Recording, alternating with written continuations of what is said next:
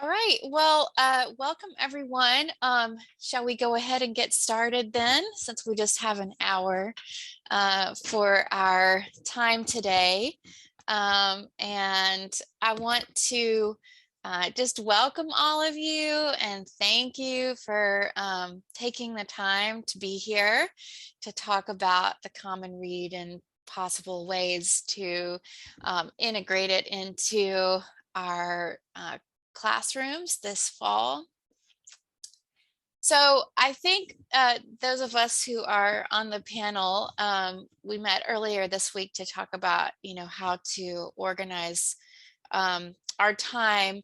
And so what we're going to do is we're going to take some time for um, all of us to kind of share where we're coming from with the Common Read and ways that we perhaps have used it in a classroom pilot and ways that we plan to use it this upcoming year.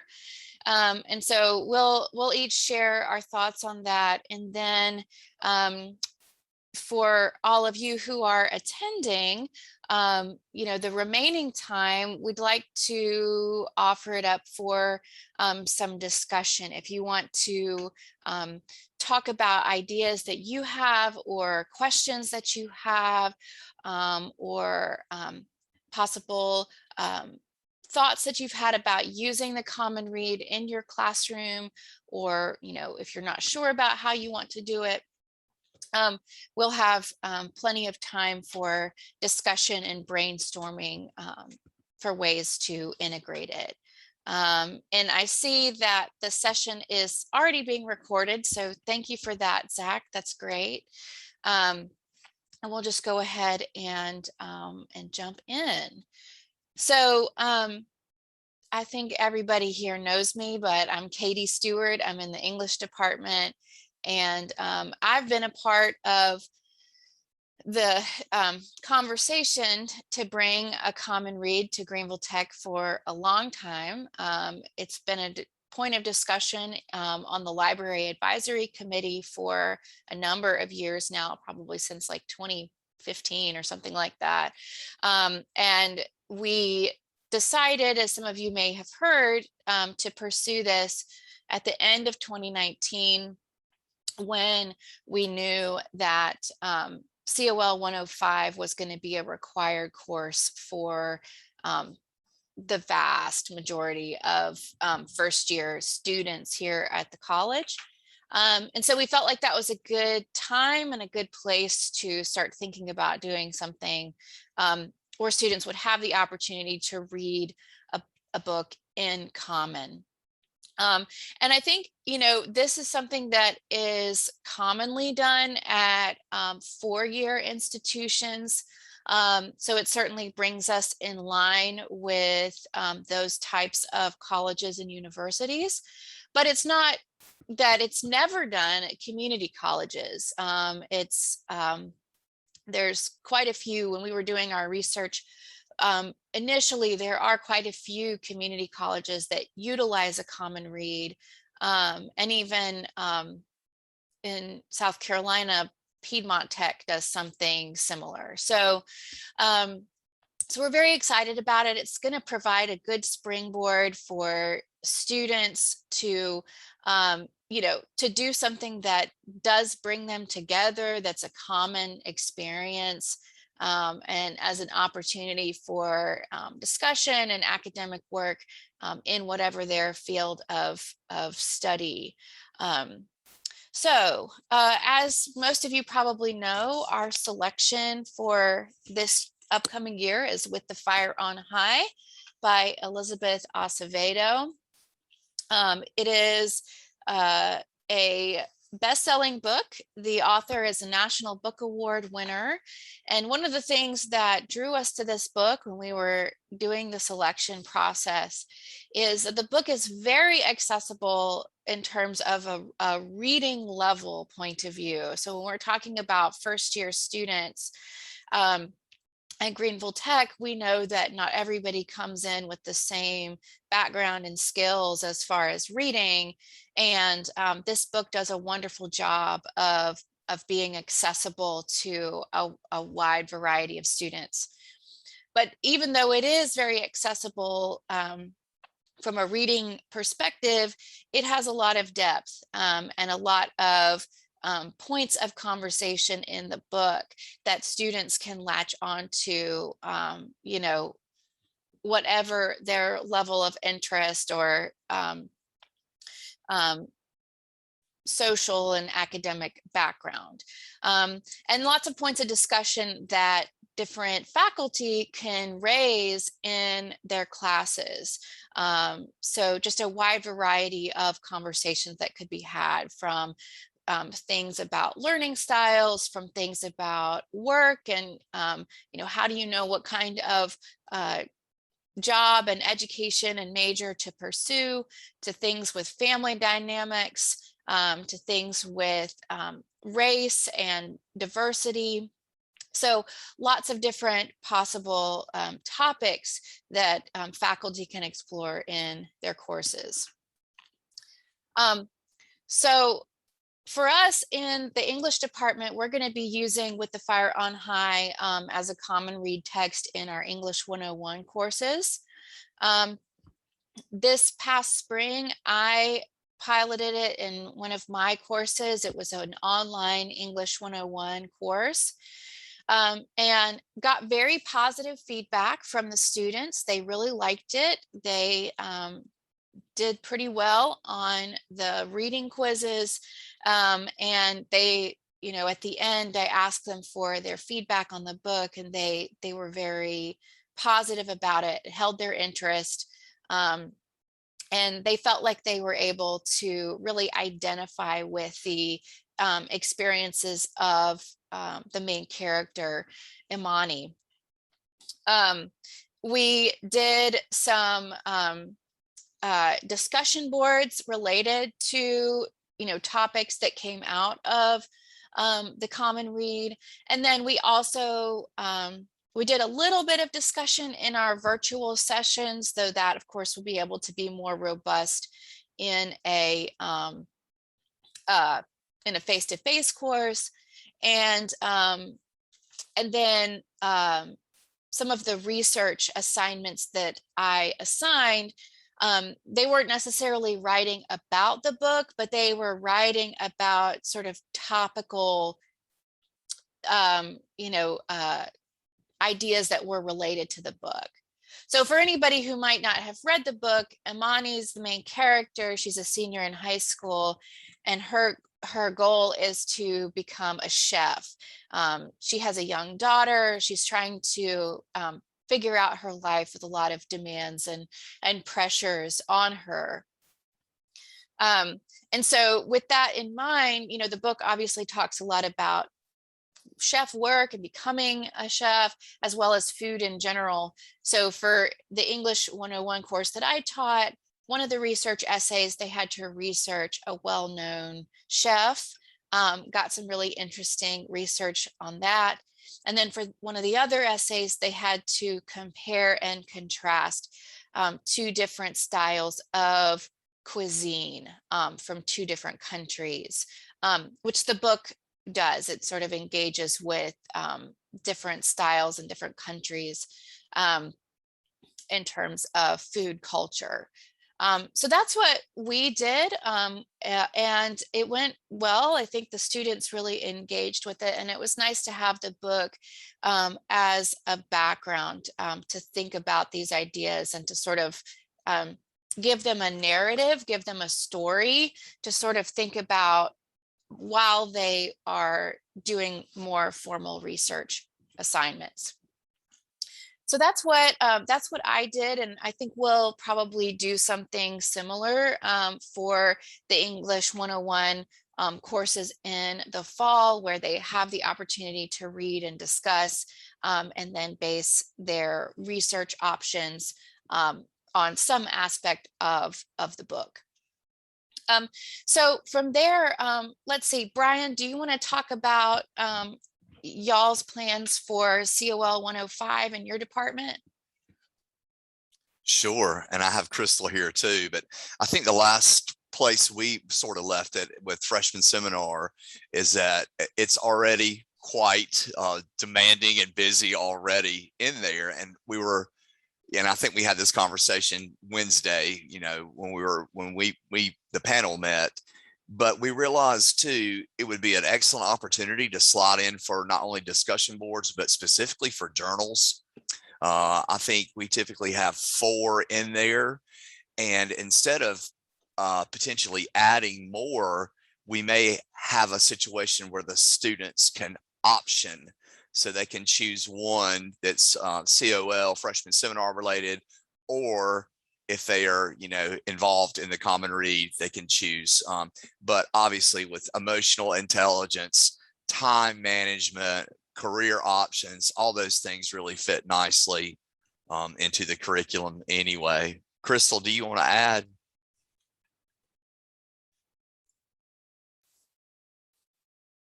I think that was well said. So I think we're using English as, it's going to be a little tricky because English 101 has a different pacing guide than, say, English 100 or Reading 100. So we are using that pacing guide to, one example that we're going to do is our students read Clifton Strengths.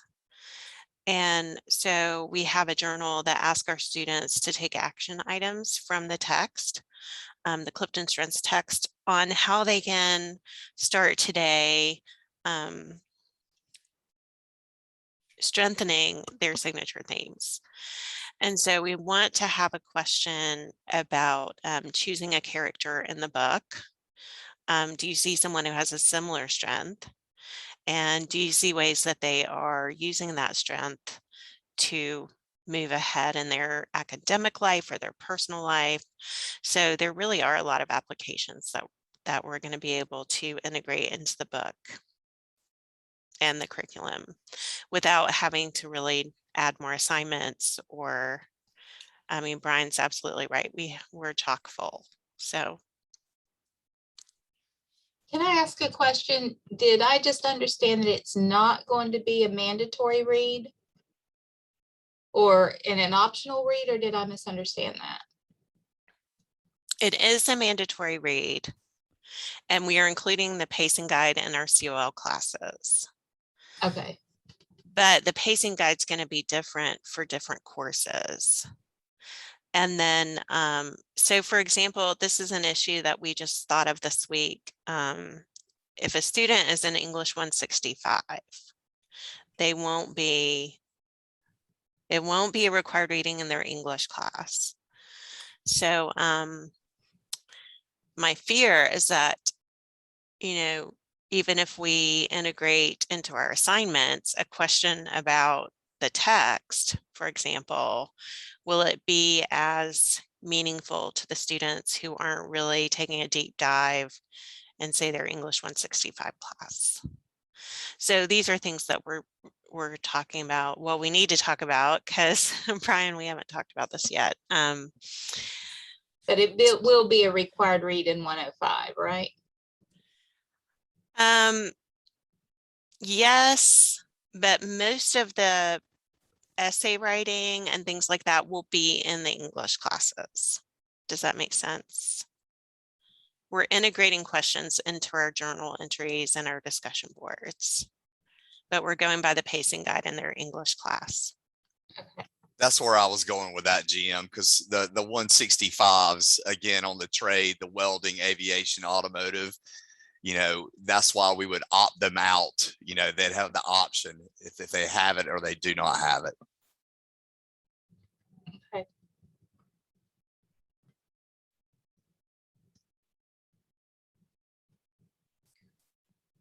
Yeah, so it is going to be required for all English 101, though. It's going to be part of our required texts and part of the curriculum for 101. So let's see, Mary, I know you all are going to be using it in transitional studies in English 100 and reading 100. Would you like to talk a little bit about how you all envision doing that? Sure. So I used the book in my RWR 100 class last term. It's an English Plus class, so all the students were also taking English 101, but we did not cover it at all in English 101. It was strictly in the RWR. And I used it very thoroughly in that class because we did the reading. So we did a 12-week pacing guide. Since, of course, we couldn't also, for reading, it's not enough to read just a fiction book, particularly since the Lexile level is fairly low. So most weeks, the students also had a related article to read. It could be a biographical article. We did some information from the book. Our textbook had some articles on careers, so we did career articles. We did historical article. We did one on stereotyping that we looked at was a synopsis of a sociological study on stereotyping in college campuses. So we did a lot of related readings, and for the reading part, we worked on reading skills, both in the novel and the related reading. For the writing part, we did discussion boards and we did reflections. I used a journal tool in Blackboard, and we did reader responses. We also did a couple of projects. One was a vocabulary project that we did where students had to pick a word from the book and then do a PowerPoint that they presented to the class where they, gave the dictionary definition. They used the word in a sentence, but they also had to pick an image that would help teach the class, because really they were teaching the class their vocabulary word. We've learned that it's extraordinarily helpful to have that image, that helped the students remember the word. And we also did a project where we practiced, we kind of linked to the 101, and they did research in an aspect of the culture of Seville, Spain. And they had to practice paraphrasing and citing and that sort of thing. The discussions were pretty good. I did have to do some accountability. I started out, I gave each student in the class it was a small class, so we had a couple of characters. So when we had discussions, like you were responsible for reporting on your character for the reading assignment. That helped. I did wind up doing some reading quizzes to motivate them as we went. It was a great read. The RWR class is already organized around projects in our textbook. So students read a cluster of related readings and do the learning activities based on it. So I just really made, with the Fire on High, it was a project for the whole term. And the students were engaged. It was what I think of as a slacker class. They frequently turned in for the 101. They really struggled to get those essays in, but they did do the work really well with the Fire on High. So that was good. I've also been thinking, it's really easy when you're teaching an RWR class or a reading class to use the book. But I also thought about, what if I were in a class like industrial electricity that is packed full of curriculum and it doesn't relate as well. And I still think it would be easy to tie in the book, particularly the part where the chef is teaching Hermione. She's a gifted chef. She's very creative, but he has to teach her some respect for the rules and the technical aspects of the job. He throws away one of her dishes because she doesn't follow the recipe, and she's offended and even thinks about withdrawing from the course. And he says, if you put a new ingredient that you think off the spur of the moment is creative in your restaurant, in that dish, and your customer has a food allergy, you're in trouble. So I think if a class is talking about some of the professional standards or professionalism, that they could link the book fairly easily without adding, any more time to the course. So. I want to clarify, because I'm not sure that I was completely clear on the book and the 105. So we are including it on our syllabus. We're including a pacing guide in our course plan. We are including it in our journals and our discussions, but it is not going to be our main required reading because we have the Clifton Strengths. So I think it works. How a common read is really going to work is if everyone uses it in their classes, right? Mm-hmm. So it's not just the English book, while that's an important part, but like Lynn is using it. Hopefully we have some history professors who are also going to integrate it. So yes, we just can't do a deep dive like the English classes are doing, if that makes sense, but it will be on their syllabus. It will be in their course plan. So I just wanted to clarify that. And that's a really good point, Mary, about professionalism. Yeah, and I think what, I've fielded some questions from just various faculty members who have questions about the Common Read. And I think, what I've shared with people who have reached out is that, this is going to be a book that is required for English 101 for both semesters. It's going to be required in transitional studies and in COL 105. So although I can't, there's enough variables at Greenville Tech that I don't want to necessarily say, I promise you that every first year student at Greenville Tech 2021 to 2022 it will have had some contact with the book in some way. Not going to say every student, but I'm going to say the vast majority of students, because of the relationship with the COL 105 and English 101 and transitional studies, they're going to have had some familiarity with it. And so, I've had one professor ask about integrating it. And, I basically said, you don't have to, if you're working with that assumption, you can bring it up for, one class conversation or one assignment or one writing reflection, and it doesn't necessarily have to be something that you use all term if that's not a part of your curriculum, but it's something that you can sort of know that students are going to have contact with, especially those who are in their first year. So thank you for that, Crystal, and thank you for that, Mary. How do you envision going forward with the not just the English Plus, but Reading 100 and English 100? How do you all envision integrating it in those courses? Right, there's going to be some co-planning involved. We'll use the same pacing guide. I think the English classes will be more of the writing component, using it for reflections or reader responses, discussion boards. And the reading class will be more of like some of the reading skills. It's still a work in progress, but it's going to work kind of hand in hand because a lot of students will be taking both of those classes at the same time. That sounds great. Thank you for all the work y'all are putting into that.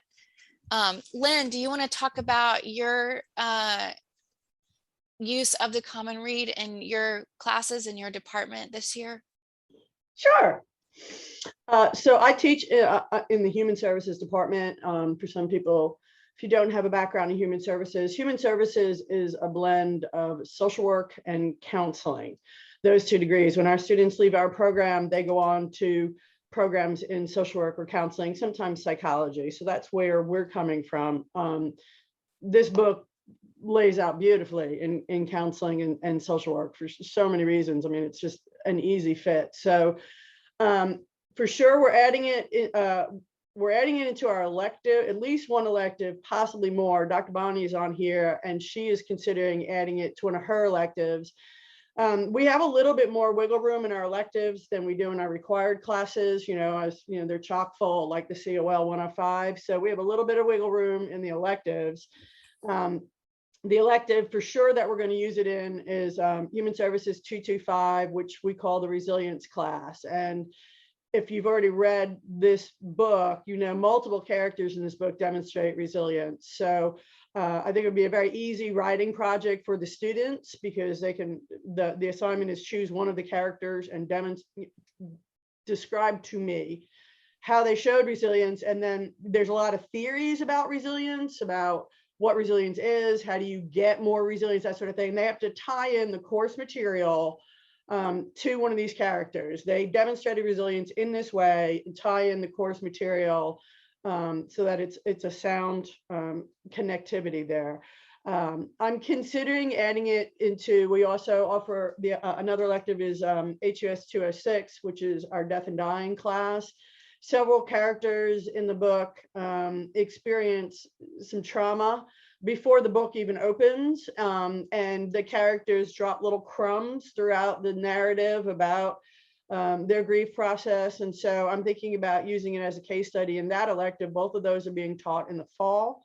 And then Dr. Bonnie, I believe, if she can speak, is considering adding it to her elective as well, which I think is also in the fall. So the prerequisite, yep, she just went off mic. The prerequisite for all three of those classes is English 101, either co-rec or pre-rec. So our students, we should have a lot of our students getting a different view of that book simultaneously by being in those classes together. Okay, Bonnie, you. Hi, good morning, y'all. I'm sorry that I'm not on camera, but I'm not on camera. So yeah, I'm planning to incorporate the class into diversity issues in human services practice, which is an elective that's offered in the spring and in the summer. So I'm not sure exactly how I'm going to weave in the concepts into. I have a sense of how I'm going to weave in the concepts from the book. I'm not sure how I'm going to assess the learning. But in the course, we talk about the center of the course is race and racism. And then the rest of the course is intersectionality with race and racism. So there's issues of gender and sexuality. There's issues of economics, religion, immigration status, ability and wellness. So many of the topics, most of the topics that we address in the course weave beautifully into the book. However, I'm not sure how I'll be assessing the integration.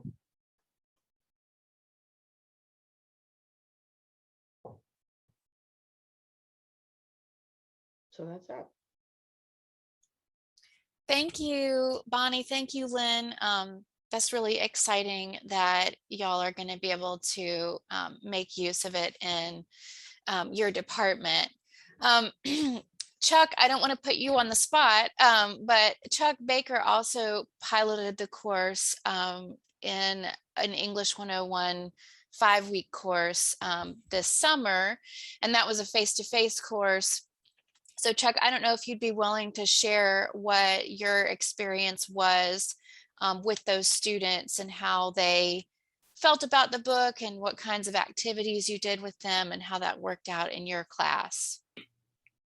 Sure, I could talk about it a little bit. And that's kind of one thing, you know, for a lot of people, don't be afraid that this is going to be 15 weeks, that the use is 15 weeks. I mean, we had a 5-week course. We did the entire book.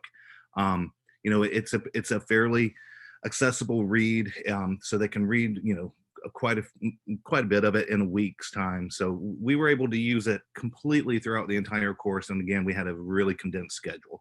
So don't be afraid that it's going to take out just massive chunks of time if you don't want to. We actually did a lot with it, and I have to thank Katie, because I used some of the materials that she had used in the spring, and then I just expanded on those. You know, I had harder quizzes, so I made them do 10 questions, but you know, that kind of thing. We had, I think by the end of it, the book touched on around 600 of the 1,000 points for the class. So it was very much integrated into the course. And so, yeah, we did, I mean, every essay we did was on it. And then I tried to take things that weren't just like, that might have been like a little bit periphery, say for the first essay. You know, for those who have read it, she talks about music throughout. You know, she'll talk about certain songs and certain musical artists. And so for their first kind of narrative type essay, they had to come up with a personal playlist, and we brainstormed that in class, and they shared the songs with the class, and then I pulled the songs up and played some of the songs for the class, and then they had to write an essay on 3 songs that described some aspect of their personality.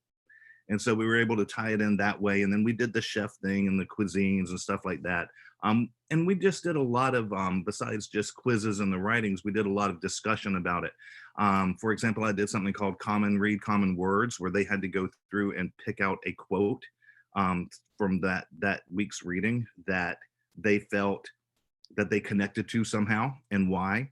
And we brainstormed, cuisines, and they had to put up there, and it was like, all right, most popular, tastiest, classiest, and they had to go put 3 up there, which did a whole big then board of all these different types of cuisines that they could then compare. And then they took their phones and they took a picture of the screen, and then boom, they had already started brainstorming. So it was just kind of trying to use the discussions to lead into the reads. One thing I was telling Katie the other day, I believe in this a lot, and one reason is because of the student that I had in the class, that she was going to quit on the last day of withdrawal, but she had talked about the book, and she was also a 16-year-old mom, and she was a culinary arts major. And so she, of course, very much connected with the book and everything else. And when they come to me and they're really borderline and then they want to do that, I kind of bully them a little bit. Like, I kind of guilt them. I'm like, oh, wow, I thought you said that that you related to this character. And she may have almost quit, but she didn't quit. It must suck to be a quitter, that kind of thing, just because I can actually somehow get away with that. But she stayed in the course. And she finished, and I showed Katie her test yesterday, and by God, if she didn't make a 69.5. And she actually got out of there with a C, and we talked about, here are the things you're going to need to keep on doing in English 102, because, this is a barely thing. And, I wish I'd had her for 5 more weeks, because I think we could have gotten a lot further than, just in 5. But this is the kind of thing that a lot of our students, I think, can connect to. And if we're talking about real ways of retention and persistence, and to keep them engaged in the class, 40X is not the answer for our students in a lot of times, but that's just my personal opinion about 40X. But, this is the kind of thing that's going to speak to a lot of our students. So I highly encourage people to use this book, some book, something. I think that it's going to really speak to our students. And so I hope that everybody can get excited about it. But yeah, we used it a ton in that class. And again, it was a short class. So there is absolutely a way to be able to incorporate this without having to necessarily blow your whole syllabus up. Absolutely. Thank you so much for that, Chuck. And I can concur with that. I think that the students, that I taught with the book, I think they really felt seen in reading this book and recognizing that this was a story about someone who had gone through a lot of the struggles that they themselves had gone through, or that their friends had gone through, or I think the idea that in one of the things about Imani, the main character, is that she's very ambitious, and she's very passionate about, what she imagines for her future. But she's not exactly very, bookish, so to speak. She is a hands-on learner, and she doesn't always feel like she quite connects with her sort of strictly academic courses. And I think that's something that a lot of our students feel. And so I think even just by having a book like this, where, there's this character there that they relate to. I mean, not only do they relate to her as a character, but I think they also, my students, there was a little bit of a tone of surprise that this was the kind of thing that they would read in English 101. And so I think it will help them connect with us as well. Just the fact that we have selected this book and they're reading it, that's going to say something about, our willingness to meet them where they are and to try to provide something, where they feel understood. I think that's going to have a lot of meaning for a lot of our students. And like Chuck said, every one student that has that story and makes that 69.5, that student then is going to go on to 102 rather than having to repeat 101 or get discouraged and quit. So I think that's absolutely something that, we can hopefully expect to see. I also think, one of the things that I have brought up at other meetings and I think has been a part of our conversation is that it would be really great to see different student groups and organizations using it, not just necessarily in the academic sphere. And I've mentioned that to a few folks who do work more in more detail with different student clubs and organizations. But if that's you or someone or have a conversation with someone who is involved in that, that's something to consider as well, to have a conversation about it within sort of a student group that's not necessarily an academic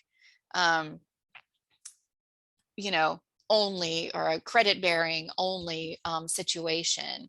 And Becca, thank you for that comment. I have talked a little bit about it with Catherine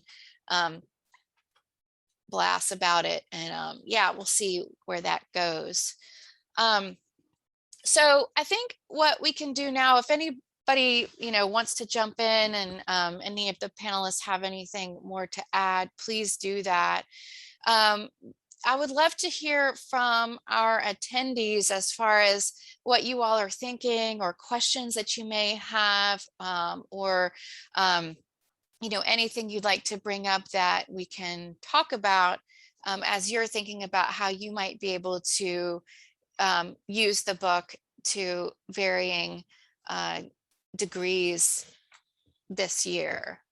So if anybody wants to ask a question or make a comment, please feel free to do so.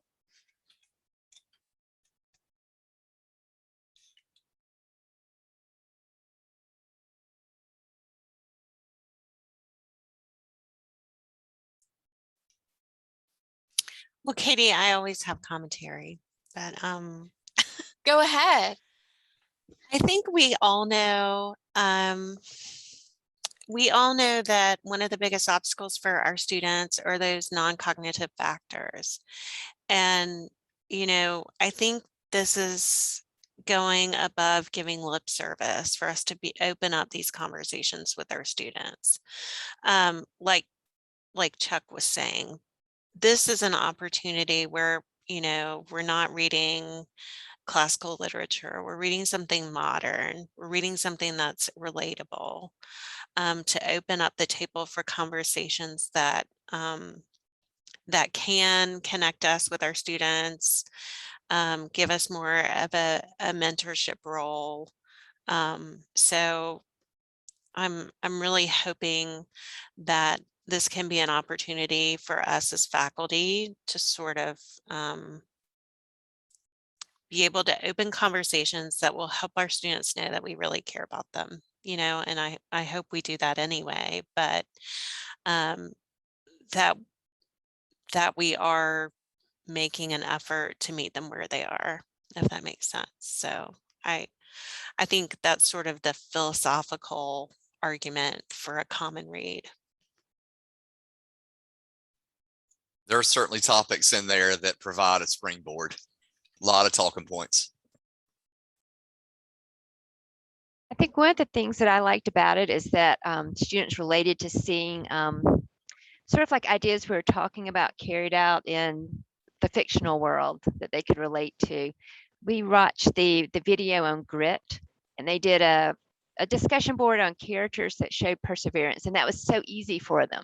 And then we read a harder article on Grit Revisited that pointed out some of the, like the author said, you know, grit's wonderful, but are you going to like put all the burden on the student and say, okay, just be grittier and you'll be okay, and not continue to look at systemic problems or the different impediments that students have. And it was a tough article for the students to read. But when we talked about in terms of, okay, who has an easier time being gritty? Is it Amani, who has her grandmother as, you know, her in her background, you know, helping her, or pretty Leslie, who doesn't have much family support? And then they started getting it. And that was one of the things that I liked about the book, is that it really enriched our discussions. We had some great discussions.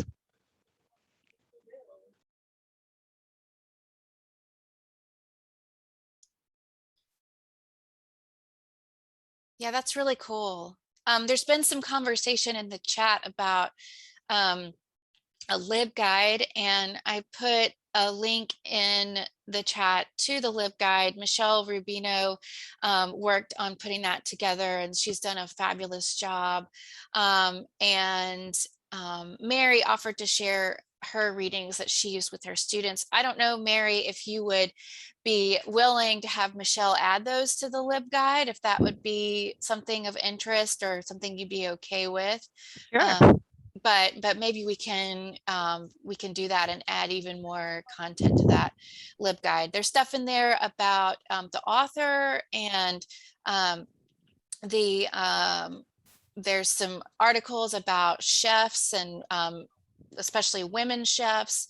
And then also Imani, the main character, she identifies herself as Afro-Latina, and there's some articles in there about what that means, and the Afro-Latinx community in the US. So there's just lots of good stuff there, and you know, potentially even more with what Mary is willing to share. So yeah, and absolutely, I think providing a book like this one is really useful to have conversations of, you know, I mean, sometimes it's hard for people to talk about themselves or to be transparent about their own struggles and their own story, especially in a first semester, you know, class. And so having kind of a character that they can talk about is really helpful.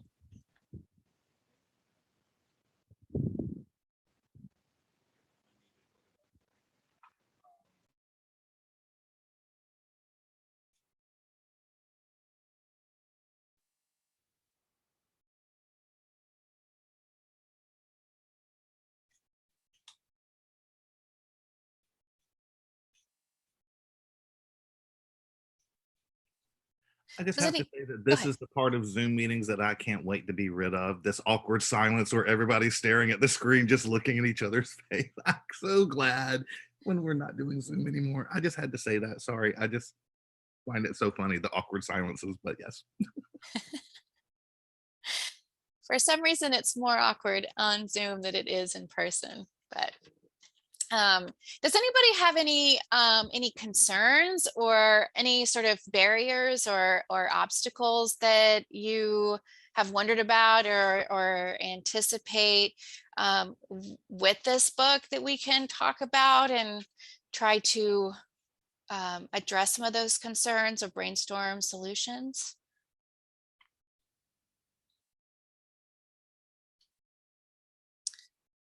Becca asks if we're finding that students are actually reading. Thoughts on that from our piloters?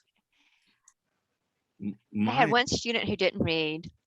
I had other students who self-reporting that they read, like between 75% and 100%, asked them to estimate the percentage. And so I got a range. You know, most of them read most of the time, I think. They seem to be able to talk about it and to pull out specific things, you know. So and then I just still had that one student who said, you know, he read like the first few chapters and, you know, he just wasn't interested in anything. And he wound up, after the withdrawal date, not attending the class anymore either. So it was not a successful term for him all around. I would say that the vast majority of mine read it pretty well. But the one thing I did notice was that as we got further into, even though it was a short term, as we got further in the term and more, say the papers were due, and then all of a sudden the information literacy kicked in, the more the stuff kicked in, I think the more not necessarily close reading they did.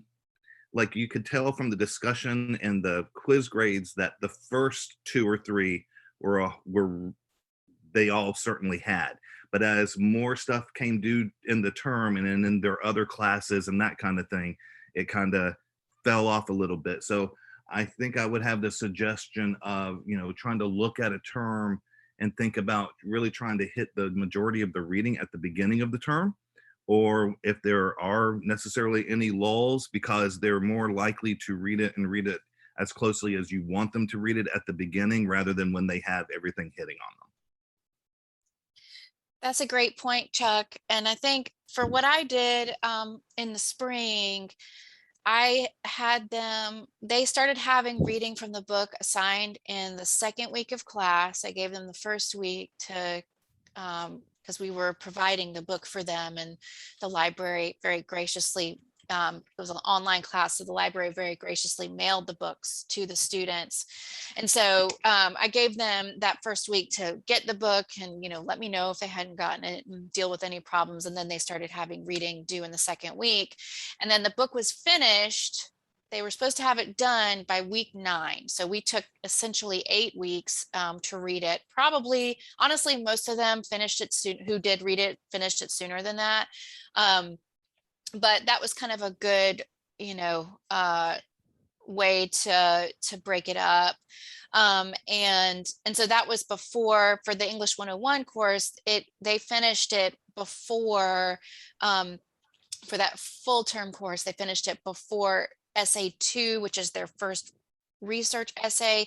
They finished it before that came due. So that was kind of my goal, was they still had writing and things to do while they were reading the book, but they finished it before they had to do real research, which I think that helped them actually finish it. Let's see. Kia, thank you for your question. Kia asks, how are male students responding to the book? I know, Mary, you had that come up in your class, if you wanted to take that one. Sure. Thanks, Kia.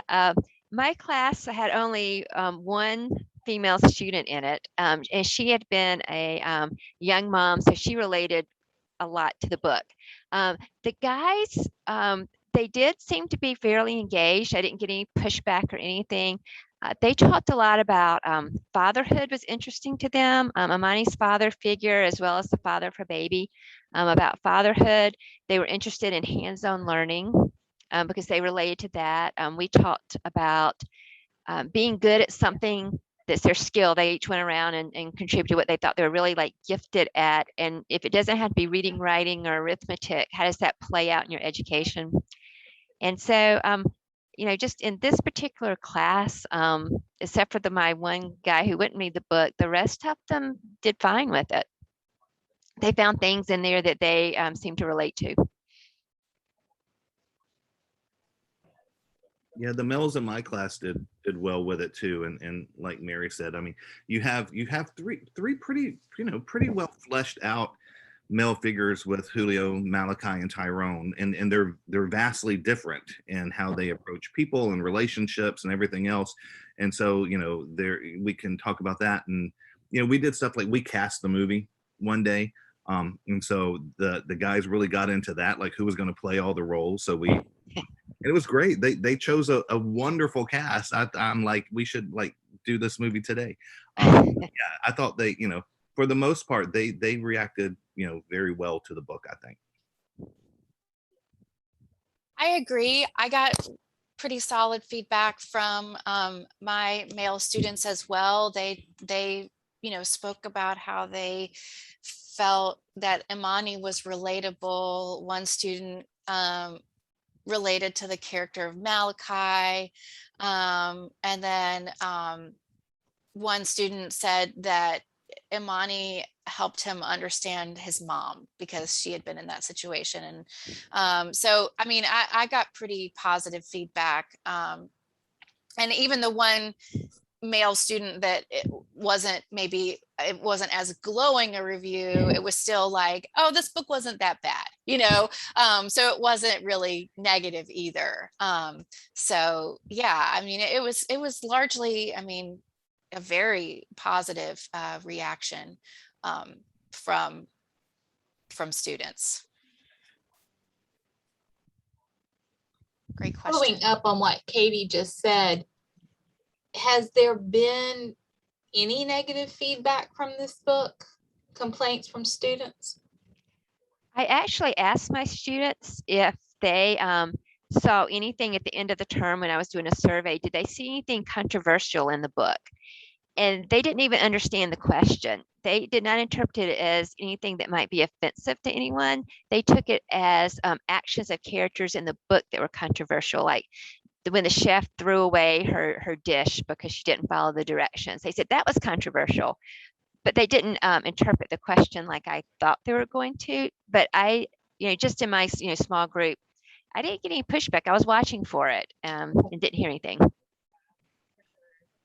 My students were determined that Laura was to be white because they were bound and determined that they wanted a biracial lesbian couple from the book as part of the cast.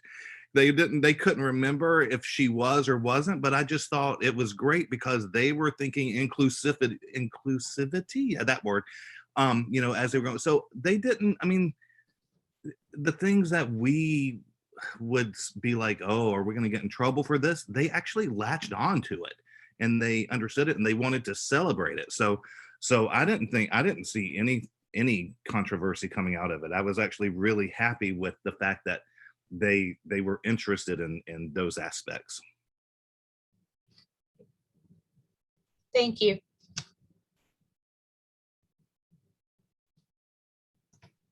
Yeah, I agree. I didn't get any complaints or any negative comments on the book.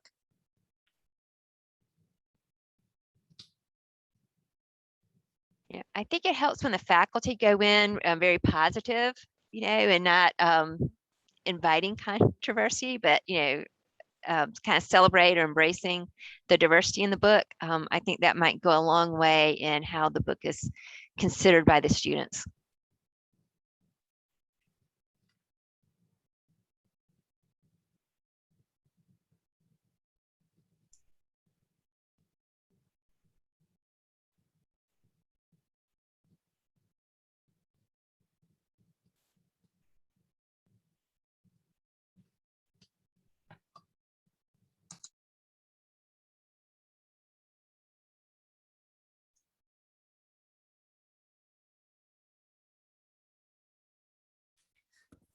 All right. Any other questions or comments or thoughts on how you all might use the book in your courses or student groups or anything you're doing this fall?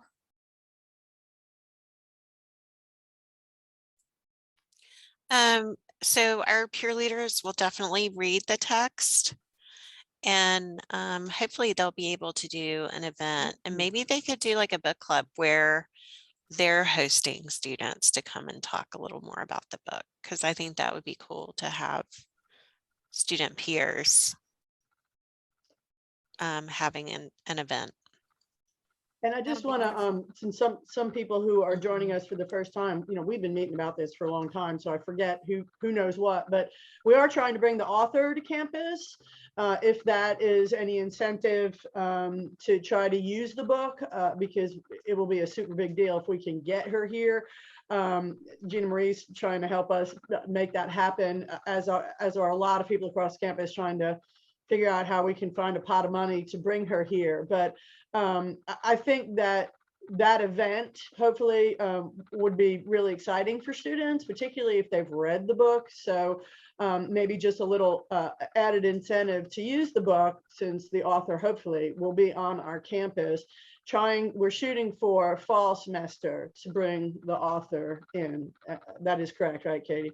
Spring, actually. Wow, right, that's what I mean, sorry. Yeah. Hopefully, I mean, just depending on lots of factors, but ideally like mid-spring. So before students get too overwhelmed with papers and exams, but after those students who would have had, new students in 101 or COL 105 would have had the chance. So we have a second group of students who've had a chance to read the book in the spring. Yeah, that's the goal. We're halfway there almost with the funding. So if you have a pot of money somewhere, Gina Marie. I'm working. That's why I'm asking you so many questions. We do have some funds, and Katie and I are working on getting more. So we're getting there little by little, which is super exciting, because for Greenville Tech to have an author of that stature for our first common read, I think, that just says a lot. Absolutely. I'm sorry, I did budget it into next grant year. I got some questions back from State Tech's review. I resubmitted those additional pieces of information last night. But I did include in there, it was a required read in COL 105 conceptual courses, which is why I asked that question, because that's what I gleaned from the proposal. So that's the reason I was hitting that question hard, because I had to reiterate that last night to State Tech. So.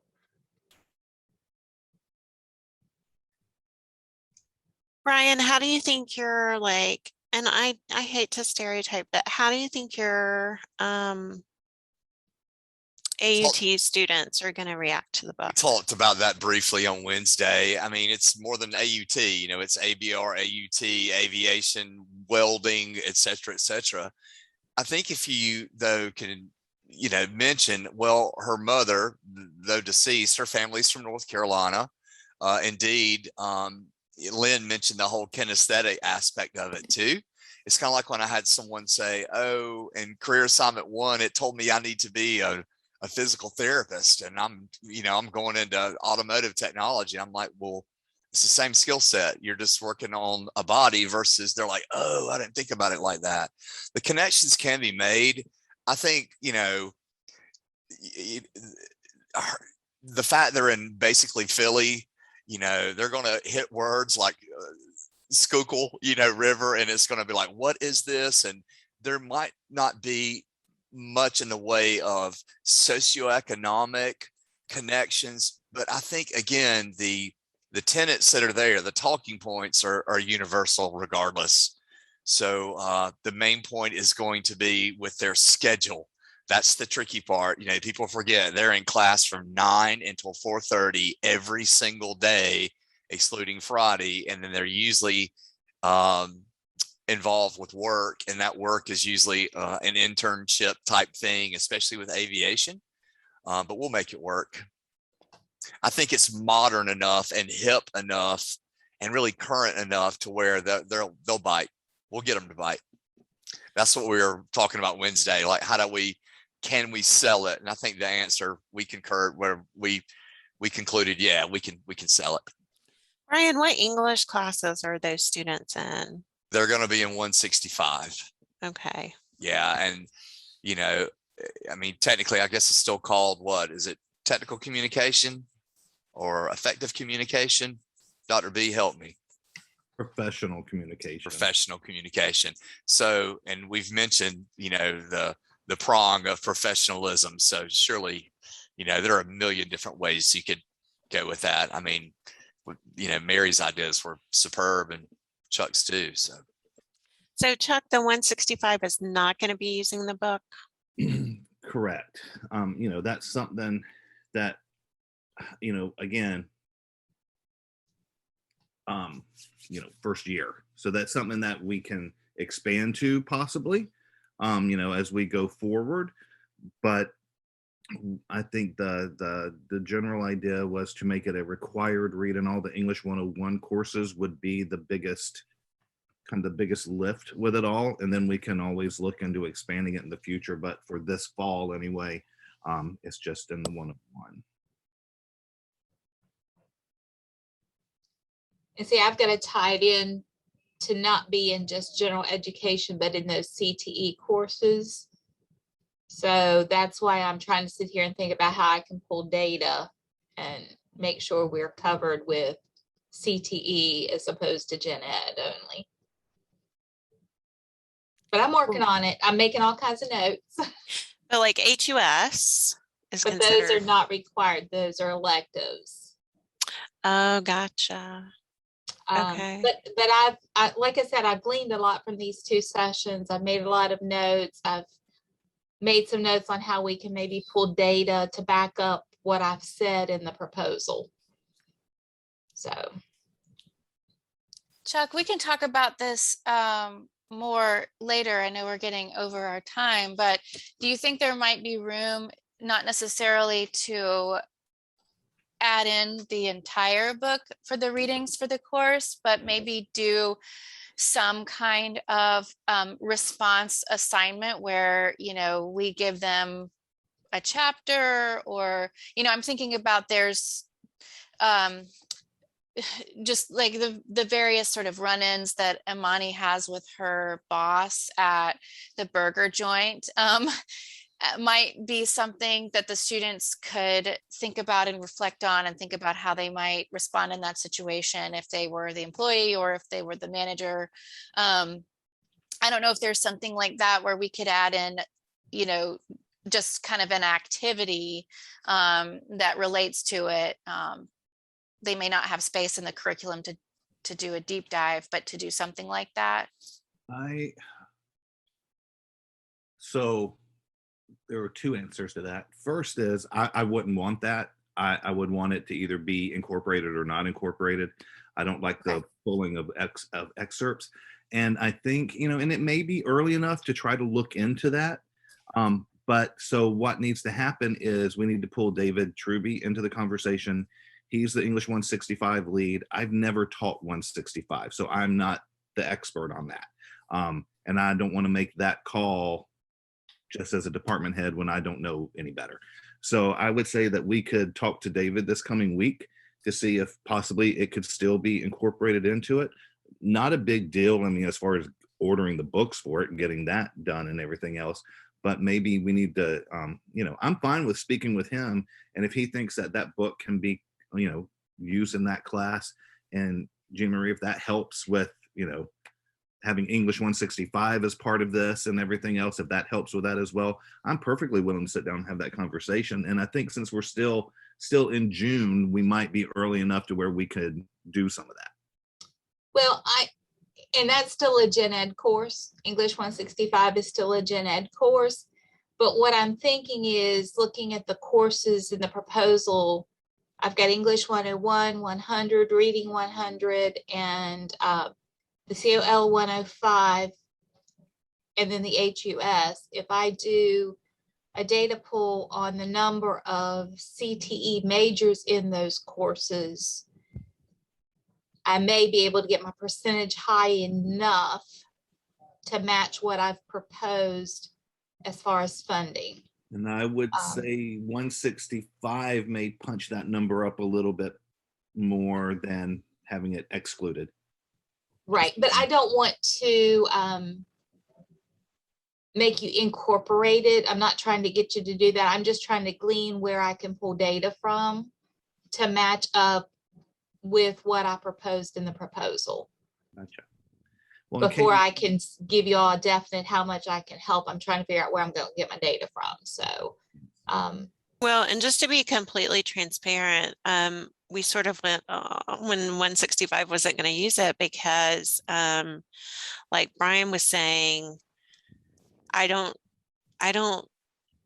Brian, you can you can jump in here, but I don't see us requiring that text for the students who are in 165 unless they're also using it in 165. It really just sort of would be an aside for us, right? I mean, Brian, do you agree? Absolutely. Yeah. If it's in the 165, I mean, I've taught it numerous times, but that's been quite a few years ago. And I know there are pieces that could work in that class, but again, that's not my call. But just having them, again, folks in aviation, welding, ABR, automotive, in those trades, I think it would be directly coming from the COL, even though those themes are there.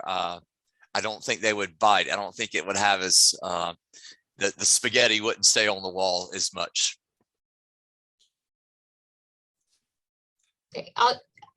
Again, I appreciate all the feedback, and I will do some data pulling this afternoon to see if I can match up what the percentages are from last fall to give me a projection of what we might be looking at this fall for percentages. So, well, we just want to give you a clear picture. I mean, we want to be and I upfront did about put that it that. was required reading, so I probably need to modify that it's not going to be required reading.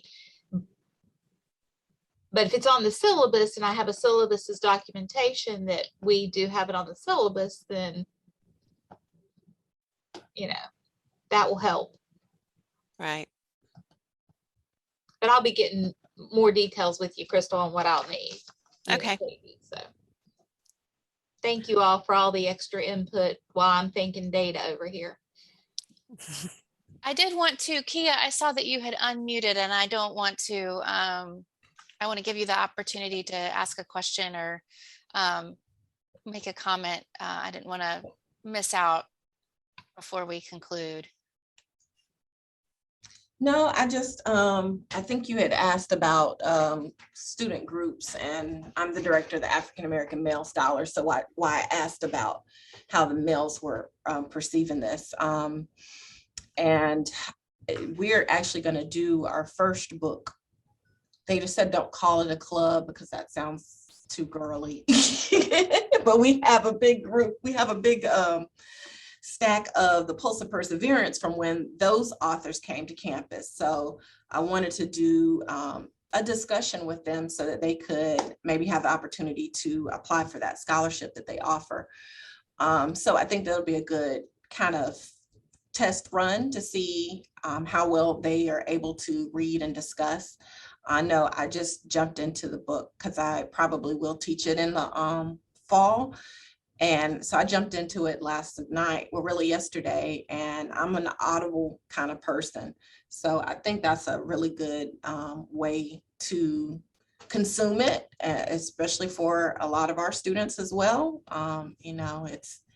It's available on Audible. It's available. I have an app that's on the library, the public library, where I can listen to the audiobook, and I just found it on YouTube. So I think that's an opportunity for our students who are hands-on. If you're working on the car and listening to it, or walking or exercising, those type things. I think that's great. That's a great suggestion, and definitely something to keep in mind as far as those of us that are including it in our courses, or just, talking to students about it, is to kind of let them know, the multiple modes that they can, read the book. That's really great. Thank you for that. Well, I know we are over time, and I just want to thank all of you so much for being here, and thank you for your enthusiasm and your contributions to the Common Read already. I think I can say for myself, I'm really excited about this, and I know we have at this point multiple committees on campus that are working on various aspects of the Common Read, and I can safely say that people are very excited about this. And so thank you all so much for being here.